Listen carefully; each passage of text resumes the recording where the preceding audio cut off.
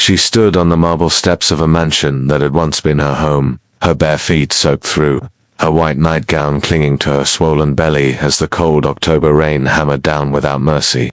In one hand, she clutched a single photograph, the only thing she had managed to grab as they dragged her out the door.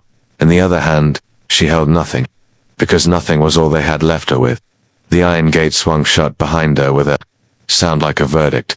She didn't scream, she didn't beg. She pressed her hand gently against the curve of her stomach, where a tiny foot had just kicked, as if even the child inside her was trying to remind her that she was not alone in this world. And she looked back at the blazing windows of the Harrington estate one last time. Okay, she whispered, to herself, to the rain, to the baby who would never know this night had happened. Okay, watch what I do next. And she walked away. What happened inside those gates over the next 6 months would become the most expensive mistake the Harrington family ever made. And what happened to Maya Chen, the woman they threw out like unwanted furniture into a stormy Tuesday night? Well, that story deserves to be told from the very beginning, because to understand just how spectacular the ending was, you need to understand how cruel the beginning truly was. Maya Chen had never asked for a fairy tale. She was too practical for that, too grounded in the kind of quiet intelligence that doesn't announce itself but simply does the work. She had grown up modest. Her mother, a schoolteacher named Lily, had raised her alone in a small apartment in downtown Chicago after Maya's father disappeared from their lives when Maya was just 7 years old. There were no explanations, no tearful goodbye. One morning, her father, a man named Richard Chen, simply was not there anymore, and the word her mother used when Maya asked where he went was the word that hurt the most. Gone. So Maya learned early that the people you love the most are sometimes the first ones to leave. And rather than letting that destroy her, she let it sharpen her. She studied hard. She earned scholarships. She put herself through college on a combination of academic grants and weekend waitressing shifts that left her feet aching and her textbooks coffee-stained, but her grades spotless. By 25, she had a degree in landscape architecture and a quiet kind of beauty that turned heads in rooms without her ever trying. She met Marcus Harrington at a charity gala, which was, in hindsight, the most fitting possible setting, because Marcus Harrington was very good at performing charity. He was tall, well-dressed, with a kind of effortless confidence that comes from never having had to worry about money in your entire life. His father, Gerald Harrington, had built a real estate empire over 40 years, and Marcus had inherited the title of Vice President of Harrington Properties, along with the family's 6-bedroom estate in Lake Forest, Illinois, 2 luxury vehicles, and a name that opened every door in the city. He was 31 when he met Maya. She was 20-6. He told her she was the most interesting woman he'd ever spoken to at one of these things. He said it like he meant it, and maybe in that moment, he did. Maya, who was at the gala representing a small, urban garden project her firm had partnered with the charity to fund, looked at him with those careful brown eyes and said, simply, "I'm sure you say that a lot." He laughed. It was, he admitted, the first genuine laugh he'd had at one of these things in years. They dated for 8 months. He was attentive. He was generous. He took her to restaurants with menus that had no prices, sent flowers on random Tuesdays, just because, and told her once, watching her sketch a garden design at his kitchen counter on a Saturday morning while he made coffee, that she made him feel like his life had substance for the first time. Maya believed him. She wanted to believe him. Not because she was naive, but because she was human. And she had spent enough years being careful and guarded to recognize that sometimes the heart just needs permission to be open.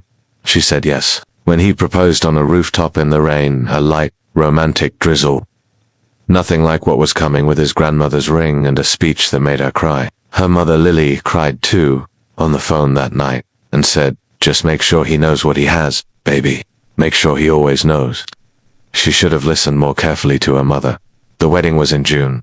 400 guests, none of them Maya's. The Harrington family had a social network the size of a small country, and the guest list reflected it. Maya had her mother, 3 college friends, and a co-worker named Diana who gave a toast that was genuinely funny and made Marcus's relatives look uncomfortable in the best possible way. The event planner hired exclusively by Eleanor Harrington. Marcus's mother had arranged everything from the centerpieces to the seating chart without asking Maya's opinion once. Eleanor Harrington was a woman who had been beautiful in her youth and had never quite forgiven the world for the passage of time. She was 62, silver-haired, and possessed of the particular brand of cruelty that disguises itself as taste. She smiled at you while she diminished you, complimented your dress while she subtly implied it wasn't quite right for the occasion, and spoke about Maya to her friends in lowered voices that weren't quite low enough. She called Maya the girl Marcus married never by name, not in the early days, and when she did use Maya's name, it came out with a careful enunciation of someone handling something fragile. They didn't particularly value Dot from the beginning. Eleanor had wanted Marcus to marry Cassandra Vale, the daughter of a family friend, a woman who wore pearls at breakfast and had a trust fund that would have made the Harrington finances considerably more comfortable. Cassandra was polished, well-connected, and most importantly, she would have been manageable. Maya, with her quiet confidence and her refusal to shrink herself, was not manageable, and Eleanor knew it. So the war began on the wedding day, though. Maya didn't realize it was a war. She thought it was simply adjustment. She thought, with the optimism of someone who had never grown up surrounded by this kind of wealth, that once they all settled into their lives together, things would smooth out. That Eleanor would see, in time, how much Maya loved her son.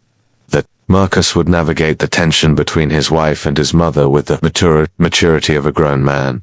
She was wrong on both counts. The first year of the marriage was livable. Marcus was often busy long hours at the office, client dinners, golf weekends, but somehow always seemed to involve Cassandra Vale. But Maya filled her days with the work she loved. She had taken a position with a boutique landscape firm in the city, and she was good at it, quietly excellent in the way she was about most things. She and Marcus lived in a beautiful apartment in Chicago, and Eleanor lived 40 minutes away at the estate, which was just enough distance to keep the tension manageable. Then Maya got pregnant.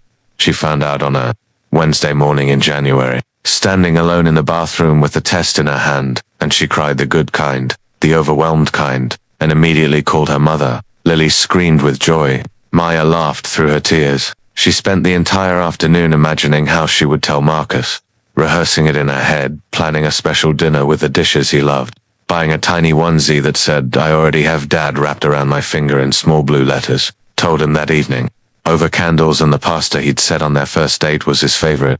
He stared at the onesie for a long moment. "Are you sure it's mine?" he said. The candle between them flickered. Maya looked at her husband, the man who had proposed on a rooftop, who had sent flowers on Tuesdays just because, and she felt something shift in the very center of her chest. A settling, a quiet, devastating recognition. "What did you just say to me?" she asked softly. He recovered quickly, backtracked, said he didn't mean it the way it sounded, said he was just shocked, that of course he was happy. He hugged her, he said all the right things.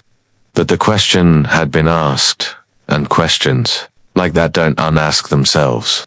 They sit in the air between two people and change the chemistry of everything that comes after. Eleanor took a sudden and intense interest in the pregnancy, not the warm, grandmotherly kind, but the surveillance kind. She began dropping by the apartment unannounced. She sent articles about maternal health with passive-aggressive annotations, and when Maya said she didn't understand the question, Eleanor smiled and said, "Oh, I just want to make sure you're surrounded by the right support system. Darling, darling." She had started calling her darling. He came home smelling of a perfume that wasn't Maya's. When she mentioned it once quietly, without accusation, just the observation itself, he told her she was being hormonal and that pregnancy was clearly making her paranoid, and somehow that was worse.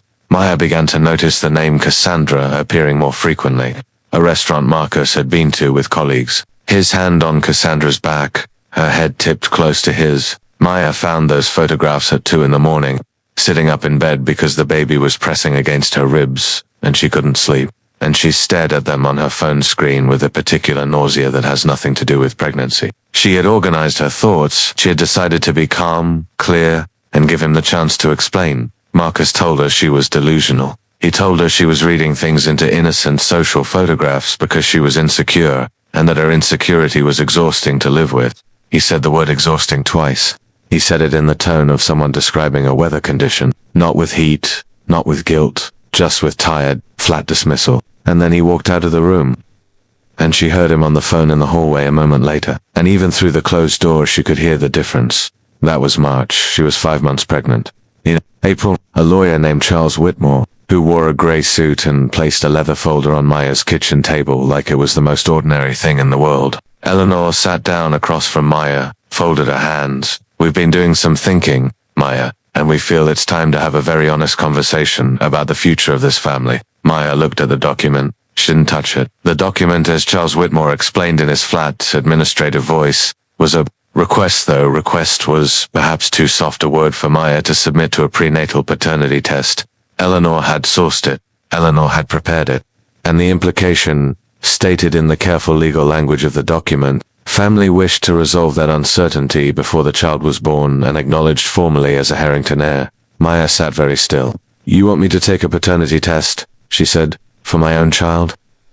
"For everyone's peace of mind," Eleanor said pleasantly, and Marcus agreed to this, a beat. He understands the necessity. Maya looked at her own hands on the kitchen table. They were steady. She was surprised by that. She thought about her mother. She thought about the 7-year-old girl she had been, watching her father disappear, deciding that day to be a person who didn't crumble. "Get out of my home. Get out," Maya said again, perfectly calm. "You and your lawyer, out of my home now." Eleanor's expression did something complicated: surprise, irritation, then the quick calculation of someone reassessing the territory. She stood slowly. She smoothed her jacket. She said, "We'll continue this conversation with Marcus present," as though she was graciously agreeing to a postponement. And she and Charles Whitmore left the way they'd come. Maya sat alone in the... She watched the flicker of guilt, just a flicker, brief as a camera flash before the armor came back down. He told her she had overreacted. He told her that if Maya had nothing to hide, why was she so upset about a simple test? If you had nothing to hide, Maya went to bed that night in the guest room. But because something had been decided in her, quietly and completely, and she needed space to start planning, May came in with warm breezes and the sound of children playing in the park outside the apartment windows, and Maya spent it in a particular kind of double life. Outwardly, she attended the prenatal appointments Marcus occasionally joined, participated in the strained dinners at the estate, and continued going to work at the landscaping firm where her colleagues knew her as the cheerful, talented woman. Inwardly, she was making phone calls, high-asset marital disputes. She was documenting, she was saving, and what Maya privately called a ladder out. She also, for the first time in years, wrote a letter to an address she had kept tucked in her wallet for years without ever using it. A letter to a man named Richard Chen, her father. She didn't know what she expected. She told herself she expected nothing. She told herself she was simply tying up emotional loose, and not asking for help, not extending an olive branch she had no business extending, and that she had spent a long time being angry at him, but that she was tired of carrying it. She said she didn't need anything from him, she just wanted him to know. She didn't know about the flowers at the time. She found out later. The situation deteriorated in June with the particular violence of things that have been under pressure too long. It started with a dinner at the estate. A family dinner, which Eleanor organized with the regularity of a military exercise, and which Maya had learned to endure with the strategic patience of a chess player who knows they're behind on pieces but ahead on position. There were 8 people at the table: Eleanor, Gerald, Marcus, Maya, 2 of Marcus's cousins with their spouses, and Cassandra Vaildart, who had been invited to a family dinner. Maya looked at Cassandra across the table and felt the full shape of the things she had been trying not to see clearly. Cassandra looked back with an expression that was not quite remorse and not quite triumph, but something suspended between the two, like a person at the top of a diving board. Maya looked at Marcus as Marcus looked at his wine glass. Eleanor, at the head of the table, said with the bright conversational energy of someone deliberately detonating a grenade, "Cassandra has been such a wonderful support to Marcus lately. It's so important, isn't it, to have old friends around during stressful times." The cousins ate their soup. Maya set down her fork. Gerald, Marcus's father, a quietly decent man who, Maya had always sensed, was uncomfortable with his wife's orchestrations, cleared his throat and changed the subject. But the damage was done. The rest of the dinner passed in a kind of charged silence that everyone at the table pretended not to notice. And when they drove home, Maya and Marcus did not speak. In the bedroom, she said, "How long, Maya, how long?" Marcus, she sat on the edge of the bed in his dinner jacket and looked at his hands. He had the expression of a man who has been carrying something heavy and is relieved, in a terrible way, to finally put it down. "Since February," he said. She was 7 months pregnant. "February," she repeated. "It just happened. February was when I told you I was pregnant," Maya said. The night I made you pasta and you asked me if the baby was yours. Was that? The same week. The silence was the answer. She stood very still, then she nodded once, picked up her pillow from the bed, and walked to the guest room. She heard him, an hour later, talking on the phone in the hallway, his voice low and almost tender, and she lay in the dark with her hand on her stomach, feeling the baby move, and she made a list in her head of everything she needed to do. Not tomorrow, not next week now, but nothing, not the dinner, not the confession, not the months of small destructions, could have prepared her for what happened 3 weeks. Later on a rainy Tuesday evening in July, she had been feeling unwell. Since afternoon, nothing alarming, she thought. Just the particular exhaustion of 7.5 months of pregnancy compounded by emotional weight. She had come home early from work, changed into a loose white nightgown, and fallen asleep. On top of the guest room bed, she woke to voices downstairs. Loud voices. Multiple voices. She came down the stairs to find Marcus in the living room with Eleanor, Gerald, Cassandra Vale, and 2 people she had never seen before, a man and a woman in business clothes who, she would later learn, were representatives from a private legal firm that handled, among other things, estate matters for the Harrington family. Everyone looked at her when she appeared at the bottom of the stairs in her nightgown with her bare feet and her large belly, her hair loose from sleep, her face confused and unguarded. Eleanor spoke first. She always spoke first. She always spoke first. "We've been waiting for you to wake up," she said. And her voice had a specific texture that Maya had never heard from her before, not the polished cruelty she was used to, but something rawer, something finished. "We've made a decision about the living arrangements, and it's only fair that we tell you directly." Maya looked at Marcus. You were standing by the window, looking at the floor. Cassandra was standing beside him, close beside him. "What decision?" Maya said. "Given everything," Eleanor said, "given the uncertainty about the paternity of the child, given Marcus's current situation, given and I want to be gentle here, the circumstances of your relationship, which I think we all understand, are no longer viable. We believe it would be best for everyone if you found alternative arrangements." Maya stared at her. "Are you asking me to leave my home?" "We're asking you to be reasonable," Eleanor said. "This is a Harrington property. The apartment is a Harrington property. Marcus has spoken with our legal team, and they've confirmed that your name is not on the lease, which was an oversight we perhaps should have addressed. But nonetheless you're asking a 7.5-month pregnant woman to leave her home," Maya said. "We're offering you a very generous tonight," Maya said. "You're doing this tonight." She looked at Marcus again. He was still looking at the floor, and that specific quality of his silence, the fact that he was standing next to Cassandra while his pregnant wife stood at the bottom of the stairs in her nightgown, that he would not meet her eyes. That was the moment that everything Maya had been holding together with careful hands, finally, completely broke, not into crying, not into begging, into something colder and more focused, like a diamond forming under pressure.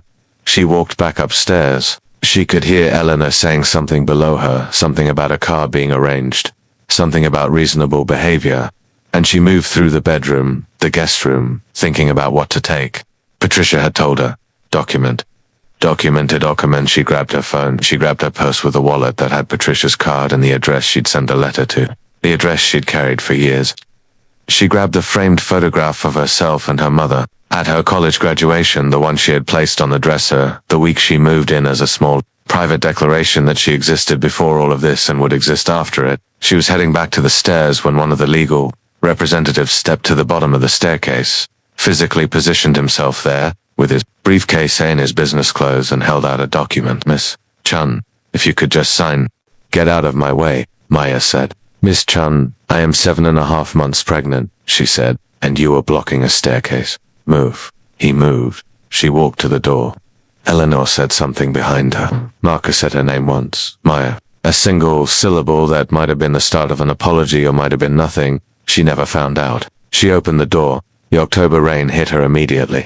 Cold and hard and without mercy. She walked down the front steps of the apartment building in her white nightgown and her bare feet, one hand holding the photograph, one hand pressed to her belly, and she did not look back. She walked until she reached the street.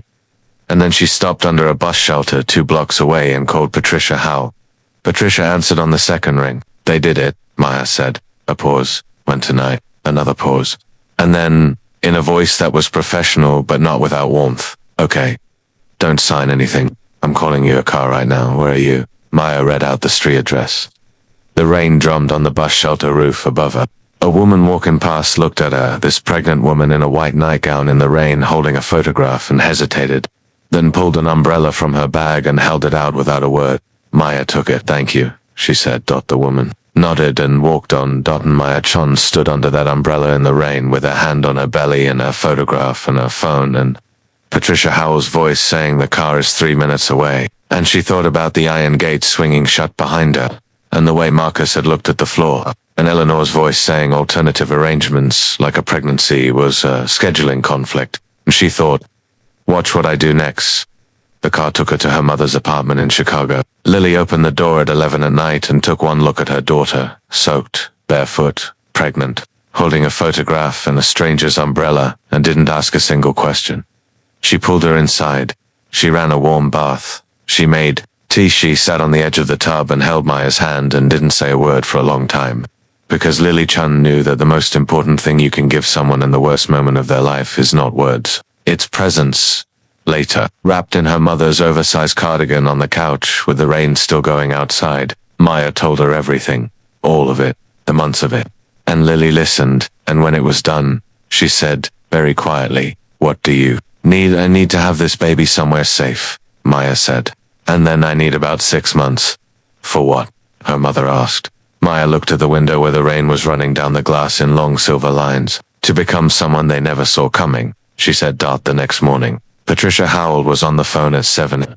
She had already taken steps: a formal notice of marital separation, a preliminary filing on marital asset division, a document preservation request that would make it substantially more difficult for the Harrington family to move assets in ways that might affect any eventual settlement. Patricia was very, very good at her job, and she had been waiting for exactly this kind of call for exactly this kind of case. You know, they're going to try to minimize the settlement based on length of marriage, Patricia said.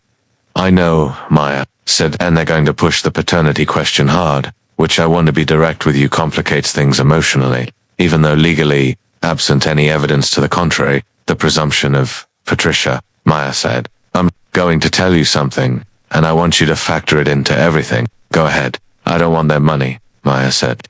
I mean, I want what's fair. I want what protects my child. But I am not going to spend the next chapter of my life chasing the Harrington estate. I have other things to do. Patricia was quiet. For a moment, what other things? I wrote a letter to my father, Maya said. 2 months ago? Another pause. Richard Chen. Maya was momentarily surprised. Then she remembered that Patricia had done thorough background research when Maya first retained her. Yes, she said. Maya, Patricia said, and her voice had changed, the professional flatness replaced by something careful and precise. The way a surgeon sounds when they need a patient to hold very still. What do you know about your father? Almost nothing, Maya said. He left when I was 7. I have an address, Maya. A pause. Richard Chen is the founder and majority shareholder of Chanvert Group. The name hung in the air between them. Chanvert Group. Maya had heard the name. Everyone in the landscape architecture and sustainable development industry had heard the name. Chanvert was not simply a company, it was a $15 billion international real estate development corporation that specialized in sustainable urban projects across the United States, Europe, and Southeast Asia. It was the kind of company whose name appeared on the sides of buildings, whose projects won architectural awards, whose founder was occasionally profiled in business magazines with photographs in swelled offices overlooking skylines. Shay had seen those photographs once, years ago, when the magazine had been left in a waiting room. She hadn't looked closely. At the face, are you telling me? Maya began. I'm telling you that Richard Chen has been attempting to locate you for the past 4 years, Patricia said. His legal team made inquiries. Your mother had apparently changed her surname after the separation and moved twice, which made things difficult. I know about this because when I researched your background after you first retained me, I flagged it and then didn't mention it, because you were dealing with a great deal and I wasn't sure it was relevant. Maya sat on her mother's couch in a borrowed cardigan and looked at the rain on the window. Why did he leave? She asked. When I was 7, I don't know the full story, Patricia said. But I know he's been looking for you, and I know he received a letter 3 weeks ago from a Maya Chen living in Lake Forest, Illinois. A silence settled over the line. Has he responded? Maya whispered. Not by letter, Patricia said, but he called my office yesterday morning. I didn't call you immediately because of what happened last night. He's in Chicago, Maya. He got on a plane the same day his legal team verified the letter was from you. The rain continued outside. Somewhere in the apartment, Maya's mother was making breakfast. The sounds of a pan on a stove and NPR on the radio drifting through the quiet morning. The baby kicked a can. I see, Maya said. I believe that's entirely up to you, Patricia said gently, but I think you should. She met her father for the first time in 20 years, in a hotel lobby, 3 days later. He was 61, slim, silver-haired. She would have recognized him. She realized, even without knowing who she was looking for, he had her eyes, or rather, she had his. That particular shade of dark brown, very still, very watchful, that she had always thought was simply her mother's intensity expressed through her own face. He saw her from across the lobby. He stopped walking. He looked at the daughter he had not seen since she was 7 years old, very pregnant, standing in a coat that was slightly too thin for the autumn weather, and the expression that crossed his face was not what she had expected. It wasn't guilt, though, that was there too. It was grief. Raw, long-standing grief. The kind that lives in a person for 20 years and changes the shape of everything around it. Maya, he said. Just her name, like the letter had been. Just the thing itself. She had prepared herself not to cry. She had decided she would be measured and practical and treat this like a business meeting. That she would not give this man who had left her the satisfaction of seeing her break. She had a speech ready, reasonable, contained. She had rehearsed it on the bus. She cried anyway, not the helpless kind. The releasing kind. The kind that comes after you have held something so long that your arms simply don't have the strength anymore and you have to put it down. She cried for the 7-year-old who watched him leave.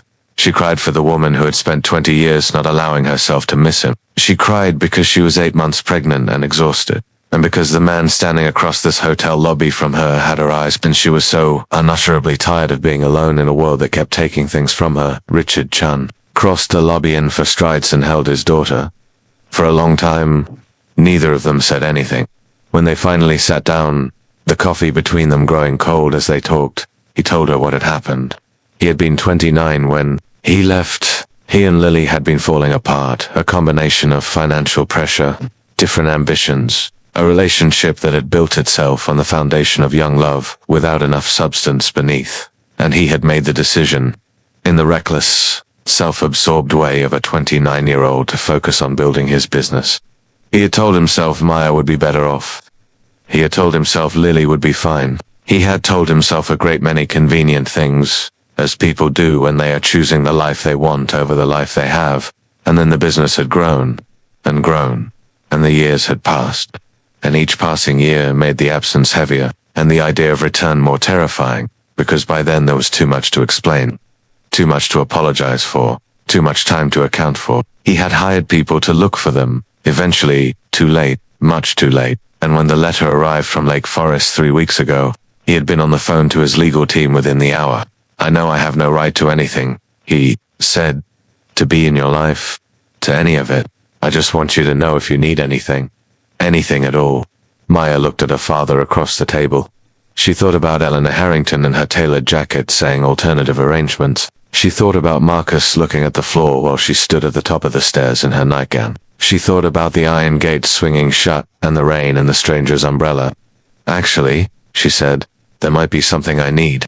And something passed between them than a recognition, father and daughter, to people who thought, in the same careful, strategic way, and Richard Chen straightened in his chair and said, tell me. Sophia Harrington was born on the 20th of October, in a private hospital on the north side of Chicago, 7.5 pounds, utterly healthy, with her mother's dark eyes and a furious, decorative cry that the attending nurse said was the most confident she'd heard all year. Lily was in the room. Richard was in the waiting area, having been told this, gently but firmly, not yet. One step at a time, and he had waited for 6 hours without complaint, which told Maya something about who he was now, 20 years later. Patricia Howe served the divorce papers to Marcus the day after Sophia was born. She had timed it deliberately, not cruelly, but strategically. When the paperwork was filed and dated, it would show clearly that Marcus had been served while his estranged wife was giving birth to a child whose paternity he had publicly questioned, in a hospital, without him present. It was the kind of detail that played very well in front of a judge, Marcus's legal team. responded within 48 hours with a flurry of documents and a paternity test request. Maya and Patricia had anticipated this. Maya agreed to the test immediately, without drama, without emotion, which Patricia noted was the exactly correct response. The test was conducted, the results came back in 11 days, and they confirmed with absolute certainty what Maya had known since February. Sophia Harrington was entirely and exclusively Marcus's child. Patricia sent the results to Marcus's legal team with a cover note that said simply, "Please share with your client and his mother." Marcus called Maya. The same afternoon she didn't pick up. She was busy because in the months following Sophia's birth, Maya Chen underwent a transformation that the people who knew her well could see happening in real time, and the people who had dismissed her would never have believed possible. It began with the conversations between her and her father, long, late-night discussions over tea in her mother's apartment, or in the corner booth of the restaurant near Richard's Chicago hotel where he had taken to spending most of his time. Now, unwilling to return to his office in San Francisco until he had rebuilt whatever relationship with his daughter the years had left him room to build, Richard, it turned out, had a problem. He had built Chunverd Group from nothing into a $15 billion enterprise over 3 decades. But he had done it largely alone, driven by guilt and workaholism in equal measure. And the company's future succession was a quiet crisis that had been discussed in boardrooms for years. He had no other children. His marriage, a second one, to a woman named Helen who was kind but had no interest in business, had produced no heirs. His current CEO was 64 and had been making noises about retirement for 18 months. The board was restless and then, like a letter sent without expectation of answer, his daughter had appeared. Maya did not walk into Chunverd Group the way someone claiming an inheritance walks into a building. She walked in the way she walked into everything, by earning it. She spent 3 months as an advisor on a Chunverd sustainable development project in downtown Chicago, a complex of mixed-use buildings with integrated urban garden systems, and she was so exceptional at it, so precise and creative and strategically intelligent, that the project team simply began treating her as their de facto lead. The board members, who had been informed quietly of her identity and were watching her carefully, found themselves in the unusual position of being impressed before they'd expected to be. Richard proposed her formal entry to the company in December. The board voted in January. And in February, 6 months, almost to the day, after a pair of iron gates had swung shut on a rainy Tuesday night in Lake Forest, Maya Chen was named Executive Vice President of Chunverd Group's North American division, with a formal succession plan in place that made her the designated future CEO. The announcement was covered in 3 business publications and 1 major national newspaper. Patricia Owl read the news article at her desk and did something she very rarely did during working hours. She laughed out loud. The Harrington family learned about it the way powerful people learn about things that threaten them. Through their network, in fragments, each piece arriving with its own particular discomfort. A business associate mentioned it at lunch. An article was forwarded. Eleanor received a call from a friend in the development industry who said, with a carefully neutral curiosity, "Did you know your former daughter Illa is Richard Chun's daughter?" Eleanor had said she must be mistaken. "She's been named EVP of the North American division," the friend said. "There's a succession plan. She's going to be running a $15 billion company." Eleanor put down the phone and sat for a long time in the morning room of the estate, looking at the garden. Marcus found out from Cassandra, of all people. Cassandra had always been better networked than Marcus, and she had seen the business article the morning it published. She brought it to Marcus at breakfast with her coffee and her careful expression, and Marcus read it 3 times before he fully absorbed the information. The woman whose baby he had questioned, the woman his legal team had sent a patronizing paternity test request, the woman his mother had forced out of her home into the rain while she was 7.5 months pregnant, the daughter of Richard Chen. He called his own lawyer before 9 in the morning. His lawyer told him, gently but clearly, that the divorce proceedings were already in motion, that his position was not strong, given the documented circumstances of the separation, and that contesting the asset division on the grounds they'd initially planned was now, given the significant shift in Maya's financial standing, not only unlikely to succeed but potentially very damaging to the Harrington family's own reputation if the details of how she'd been removed from the marital home became part of the public record. "What are you saying?" Marcus said. "I'm saying," his lawyer said carefully, "that you should consider settling." But it was March, before the story fully broke, and it broke not in a newspaper or a legal document, but at the annual Harrington Properties fundraising gala. The same event where Marcus and Maya had first met 3 years earlier. It was a black tie affair at a hotel ballroom in downtown Chicago. 400 guests, the kind of event where money wore tuxedos and everyone knew everyone, and the small conversations in corners carried the weight of real decisions. Eleanor had arranged it, as she always arranged it, with absolute attention to the optics. She had seated Marcus and Cassandra together for the first time at a public Harrington event, a quiet signal of things to come. She had made sure the right photographers were present. She had not anticipated the helicopter. It arrived over the hotel roof 40 minutes into the dinner, a sleek black corporate helicopter with the Chen Group logo on its side, and it was only the guests who happened to step outside during cocktail hour who saw it land on the rooftop landing pad that the hotel, one of Chicago's premier venues, maintained for exactly this kind of corporate arrival. But news travels fast in ballrooms, and by the time the elevator doors opened and Maya Chen walked into the room, the news had traveled. She wore midnight blue. Her hair was up. She was not 7.5 months pregnant anymore. She was 6 months recovered from the worst night of her life, and she looked like someone who had used that time wisely. She walked into the ballroom of the hotel where she had first met her husband with her father on one arm and Patricia Howell at her other side, and the room did the thing that ballrooms do when something unexpected enters them. It didn't go silent exactly, but the quality of the sound changed. Conversations paused mid-sentence. People turned. Richard Chen was known. He was known in this room, in fact. The Harrington family had encountered Chen Group in professional capacities before, the kind of parallel existence that wealthy spheres in the same city produce. Several board members present recognized him immediately. One leaned to his wife and said very quietly, "Is that Richard Chen?" And his wife looked at the woman on his arm and said, "And is that?" Eleanor saw them from across the room. The expression on her face went through 4 or 5 distinct phases in the space of 3 seconds, like a time lapse of a flower dying. Recognition, calculation, the dawning of consequence. Marcus saw them from the table where he sat with Cassandra. He stood up without quite realizing he was standing.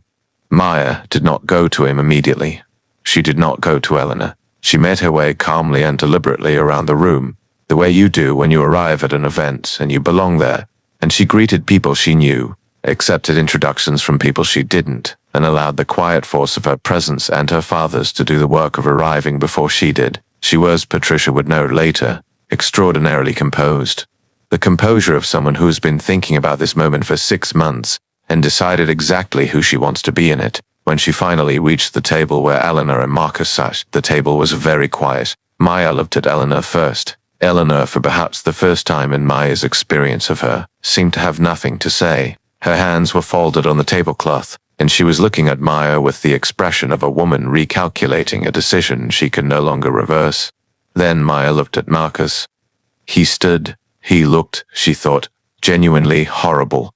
Not in a physical sense, but in the sense of a man confronting the weight of what he had done and finding it heavier than he'd expected. He opened his mouth. "Maya," he said, just her name, like he had said it from across the apartment when she was walking out the door. She had spent 6 months deciding what to say in this moment. She had played out hundreds of versions of it in her head. The withering speech, the public confrontation, the elegant silence. She had imagined turning her back and walking away. She had imagined making him confess in front of 400 people in black tie.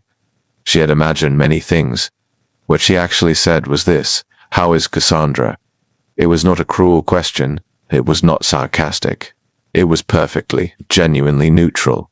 The question of someone who has moved so far past a thing that the thing itself no longer has the power to hurt them. And that neutrality, that absolute absence of the pain he had expected to see in her face, was more devastating to Marcus Harrington than any speech could have been. Because it meant she was fine. It meant she was better than fine. It meant that the worst night of his life, the night he had chosen wrong, chosen small, chosen Cassandra and his mother's approval over his pregnant wife, was not even the worst night of her life. Or if it had been, she had built so much on top of it that it was no longer visible from where she was standing now. He did not answer. Maya nodded once, pleasantly. She turned to Eleanor. "Eleanor," she said, "I'll have Patricia's office contact your lawyers next week to finalize the settlement. I'd like it wrapped up quickly, for Sophia's sake, Eleanor said. Of course, in a voice that was barely above a whisper. Good, Maya said. She's very healthy, by the way. She has Marcus's smile. And then she turned and walked away. Richard found her at the bar 5 minutes later. She was drinking sparkling water and watching the orchestra with the expression of someone listening to something beautiful. How did that feel? He asked. She thought about it. Like closing a door, she said. Not slamming it, just closing it. He nodded. That takes more strength than slamming. Yes, she said. I know. The settlement was finalized in April. Patricia, whose reputation had been significantly enhanced by the case's outcome, negotiated from a position of such overwhelming strength that Marcus's legal team accepted essentially the first reasonable offer. Maya received enough to provide stability for Sophia and to close the chapter cleanly. She did not take the Harrington name from her daughter. Sophia had her mother's name because Maya had decided that the name a child carries should represent the person who chose to stay. Eleanor Harrington made no public statement about any of it, which was, all things considered, the wisest choice she'd ever made. Gerald Harrington, who had always been quietly uncomfortable with the machinations of his wife and son, called Maya once, a brief, dignified call in which he said simply that he was glad Sophia was healthy and that he was sorry for his family's conduct. Maya appreciated it more than she let on.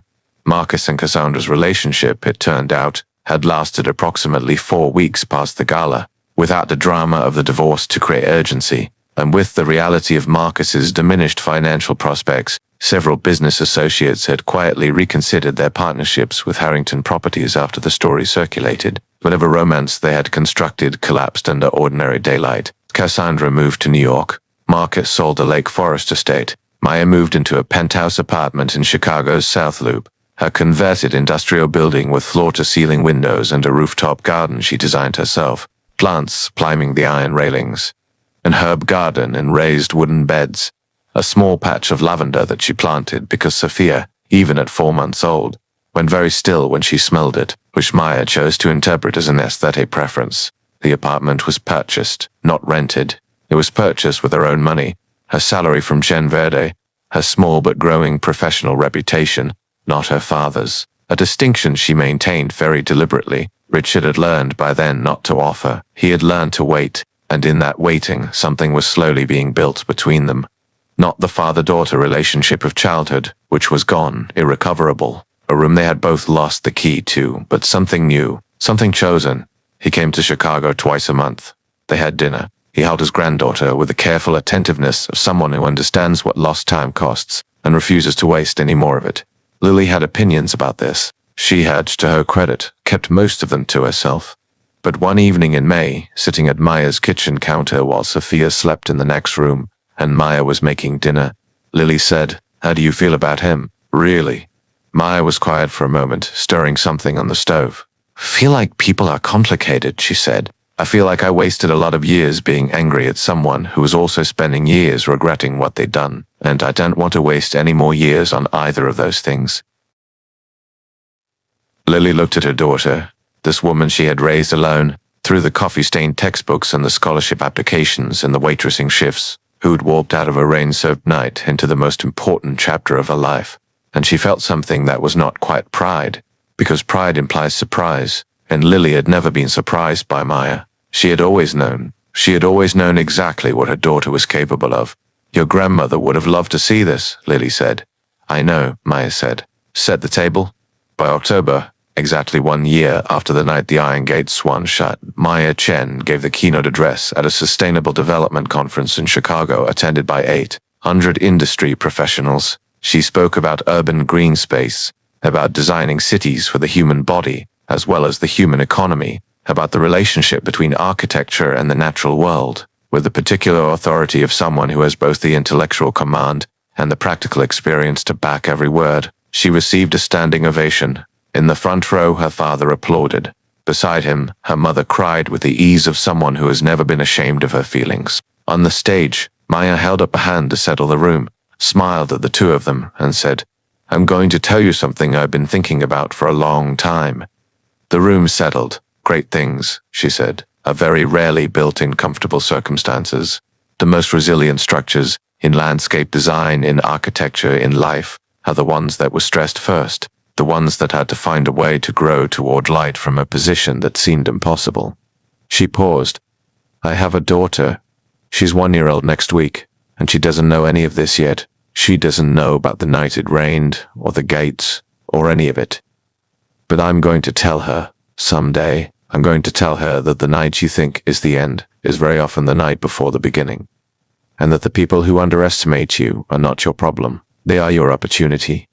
The room was very quiet for a moment. Then someone at the back started clapping, and it spread forward through the 800 seats like a wave, and Maya stood at the podium of the room where her career was being transformed and thought about a bus shelter in the rain, and a stranger who had handed her an umbrella without being asked, and the particular dignity of a 7-year-old girl deciding not to crumble. She thought about Sophia. She thought, what would I do next? Some stories end with revenge. The wronged party undoes the people who wronged them, destroys their business, exposes their cruelty, engineers their public humiliation with the precision of a surgeon operating on an enemy. There is a deep satisfaction in those stories.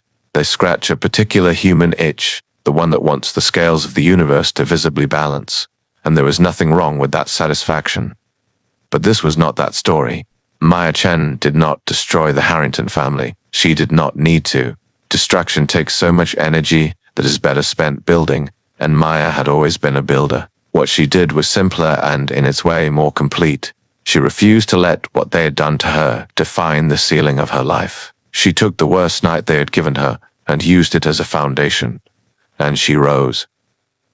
The gates that had swung shut on a rainy Tuesday in October had seemed, in that moment, like a sentence, like a finality, like the end of a story in which she had been the minor character, the outsider who had briefly entered a world she didn't belong to and been correctly ejected from it by the people who ran that world. But she had never been the minor character. She had only been waiting to be in the right story. 6 months later, on a Tuesday in April, when the Chicago spring was finally softening the air, and the lavender on her rooftop was beginning to show its first pale shoots, Maya carried her daughter to the window of their apartment and pointed at the skyline. The morning light was extraordinary, the kind that makes a city look like something a human being had genuinely built with care and intention. That's ours, she said softly, to Sophia, who was watching the light move with those dark, watchful eyes.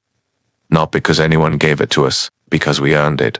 Sophia reached a small hand toward the window and placed her palm flat against the glass, as if she understood. As if she was laying claim, and Maya Chen, the woman they had thrown out in the rain, the woman they had dismissed and underestimated and tried to make small, held her daughter and watched the city below them, and she was not angry, and she was not sad, and she was not the person who stood at the bottom of the stairs in a white nightgown while they tried to reduce her. She was exactly, precisely, entirely who she had decided to be in the moment she walked away from those iron gates, and that, it turned out, was more than enough. More than enough.